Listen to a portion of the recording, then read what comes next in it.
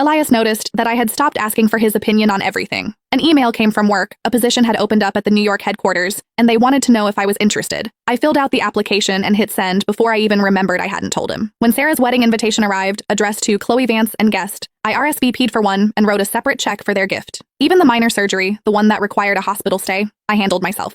I found a specialist, dealt with the insurance pre-approval, and scheduled the procedure all on my own. Elias was a surgeon. When he found out, he frowned. "You're sick? Why didn't you tell me?" The words slipped out before I could stop them. "I handled it. Don't worry." As soon as I said it, we both froze. Just 2 weeks ago, I was the clingy girlfriend who would text him photos of dresses and salads, agonizing over what to wear on a date or what dressing would make me fat. "This one or this one? Is this vinaigrette going to kill my diet?" He used to answer. Then his replies became a curt, "Either one is fine," and eventually, he just left me on red. I thought he was just busy, until I realized he wasn't like that with everyone. For instance, with Lily, the daughter of his late mentor who he'd been asked to look after. "The surgery is tomorrow?" The attending physician handed me the clipboard, his tone routine. "Dr. Mercer is still out of town for a conference.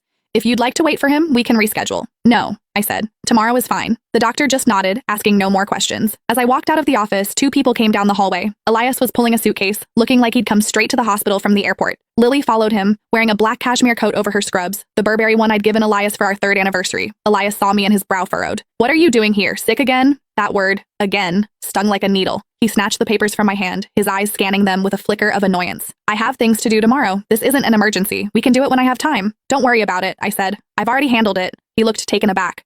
This was coming from the girl who used to video call him in tears over a paper cut, the one who sent him a dozen selfies just to pick a date night outfit. Now here I was, calmly scheduling my own surgery. If he hadn't run into me, he probably wouldn't have known until after it was over. I took the chart back, accidentally knocking a small box from his hand. It clattered to the floor, spilling its contents. "Birth control pills. It's not what you think," Elias said, bending to pick them up. His voice was as flat as if he were discussing the weather. "They're for Lily's cramps. Doctor's orders." Lily clutched the coat tighter, her voice a fragile whisper. "I'm so sorry, Chloe. It's all my fault. My anxiety has been so bad lately. I can't sleep. I can't focus. Elias is the only one who understands. He said he couldn't leave me alone in case I did something stupid." Her voice trailed off. "You don't know what it's like. Sometimes my head is just full of bad thoughts. I can only get through it when Elias is with me. I just wish I could be strong like you." I'd heard this script before. Every time I questioned their relationship, Lily would bring up her anxiety and her bad thoughts, and Elias would shoot me a look that screamed, "How can you be so heartless?" Once I had a sharp pain in my stomach and asked him what kind of specialist I should see. This brilliant neurologist told me, "I don't know." When I complained he was being dismissive, he just pinched the bridge of his nose wearily. "Can't you just look it up yourself? You're an adult, Chloe. Can you be a little more independent? Stop relying on me for every little thing." So frugal with his words for his girlfriend, yet he personally escorted someone else to her doctor's appointments. "Well, you should take good care of her then," I said, my voice completely flat. "After all, her mental health is much more important than my surgery, right?" Lily's face flushed. "Chloe, that's not what I meant. Are you still